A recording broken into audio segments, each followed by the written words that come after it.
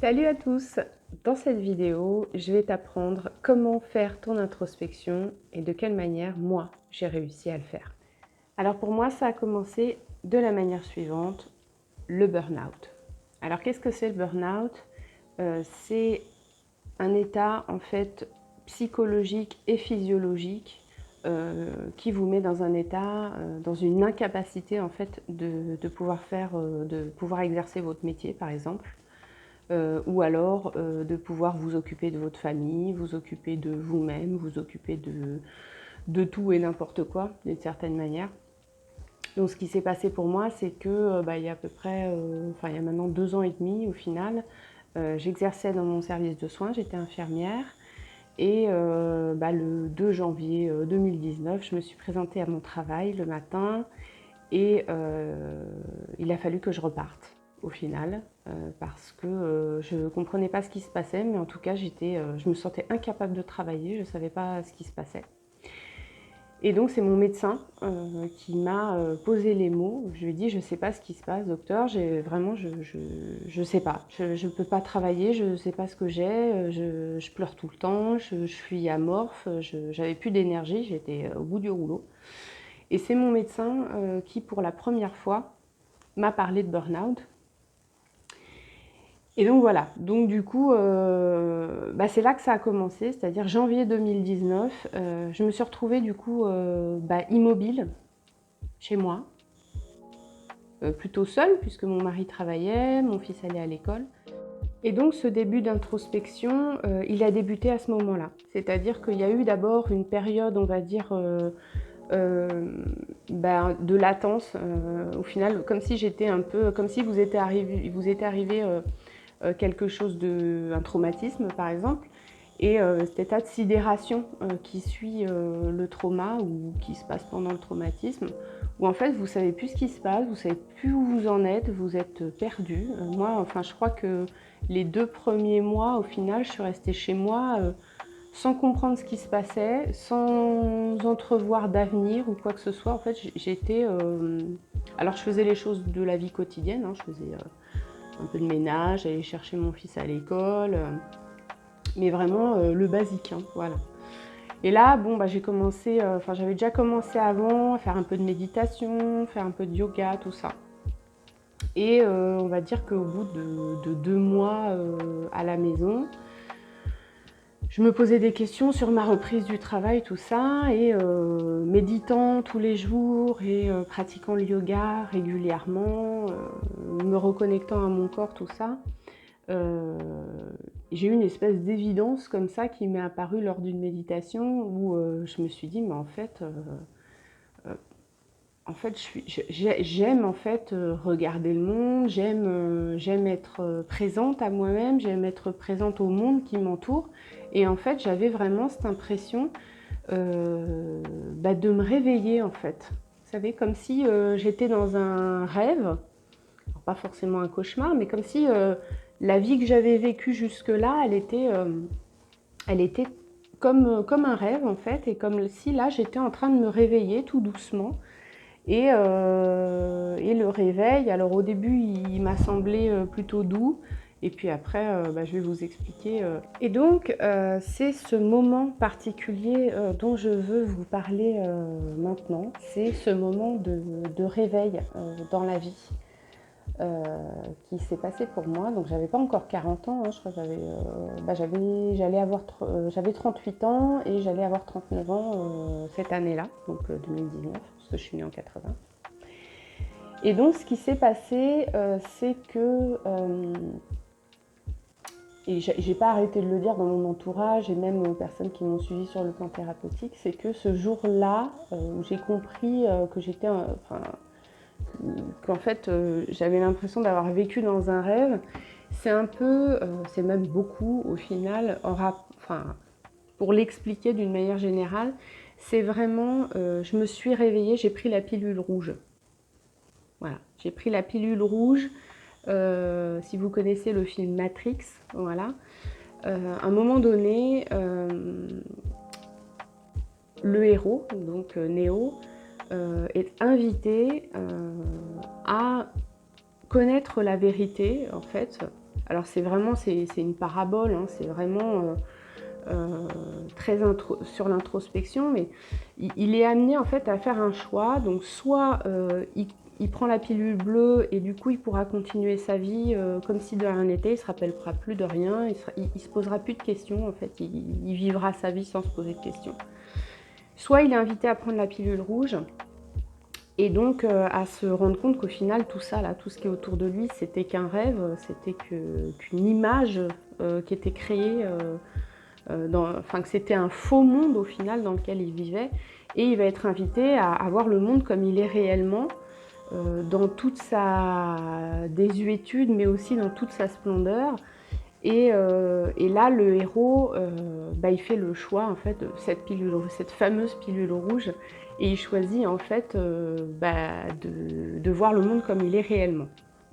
Et c'est ce qui s'est passé pour moi, c'est-à-dire que ce jour-là, en fait, j'ai fait un choix. Alors bien sûr, c'était pas du tout conscient, hein, c'était complètement inconscient. J'ai fait le choix en fait de voir la vie comme elle était réellement. Pour moi, bien sûr, parce qu'on est tous assujettis à nos propres expériences, à notre propre monde, on a tous un monde au final différent. Et ce que je ne savais pas à ce moment-là, et que j'ai su un petit peu plus tard, et qu'on sait tout de suite dans le film Matrix, puisque le personnage, un des personnages principaux qui propose ces pilules à Neo, lui dit bien que quand il prendra la pilule rouge, s'il la prend, il n'y aura plus de retour en arrière possible. C'est-à-dire qu'à partir du moment où il sera sorti du rêve, il ne pourra plus y revenir. Voilà. Et en fait, c'est ce qui se passe quand vous commencez une introspection.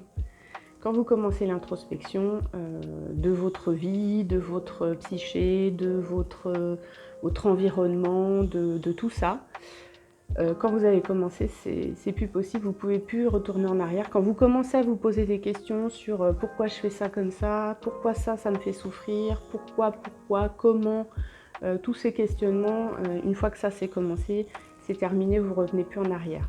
Donc, effectivement, je vais vous mettre la vidéo pendant cette vidéo, la vidéo de Matrix, je crois qu'elle dure 3 minutes et quelques ou 4 minutes.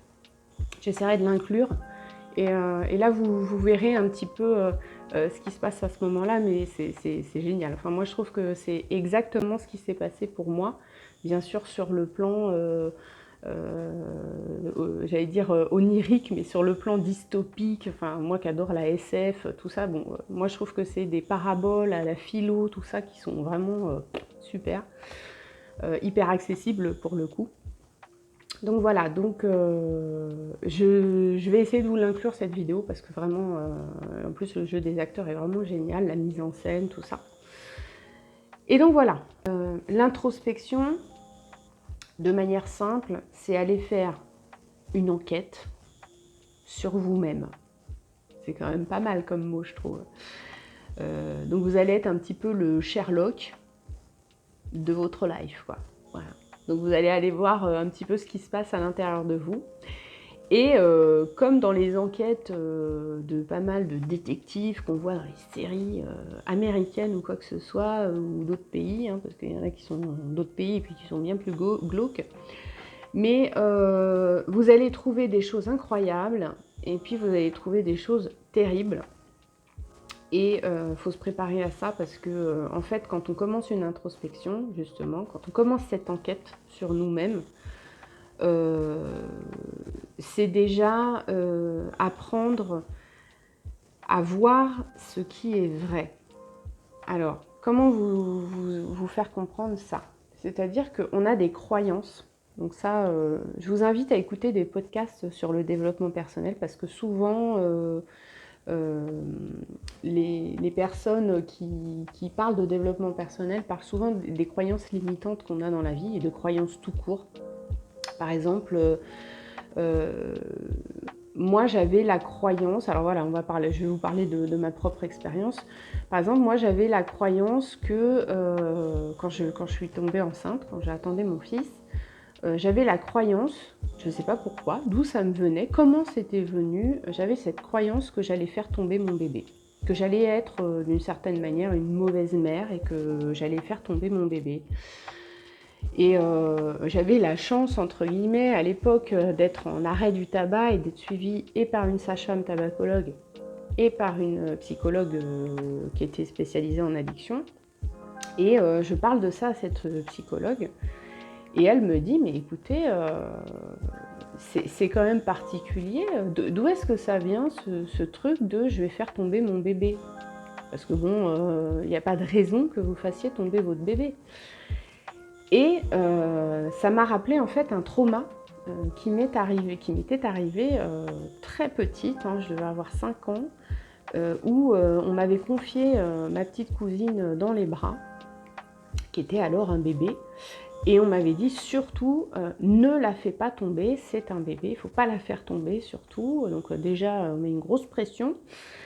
Donc j'étais debout, on était dans le jardin chez mes grands-parents et au moment où ils me mettent le bébé dans les bras, je tourne la tête et je vois une abeille ou une guêpe, je ne sais plus, sur mon épaule. Et la guêpe se met sur mon oreille et elle me pique. Voilà. Et qu'est-ce qui se passe? Je lâche le bébé. Voilà. Alors j'ai lâché le bébé de pas très haut, voilà. Mais j'ai lâché le bébé. Et donc, ce qui s'est passé à ce moment-là, c'est... Alors là, on parle du trauma en particulier, c'est-à-dire que le traumatisme, là, pour moi, c'est d'avoir lâché le bébé, déjà, d'avoir perdu la confiance des autres, la culpabilité, la honte, tout ça, ça a fait une effraction dans mon psychisme. Et à ce moment-là, en fait, tout le monde s'est occupé du bébé, tout le monde, voilà. Moi, j'ai été piquée, mais en même temps, avec ce sentiment-là, je suis partie dans la maison, au final, je crois que c'était la maison de mes grands-parents. Et bien plus tard, on est venu me voir pour savoir ce qui s'était passé, tout ça. Mais ce sentiment qui m'a envahi, là, c'était on ne peut pas avoir confiance en moi, je suis nulle, enfin, vous voyez, tout ce sentiment, voilà.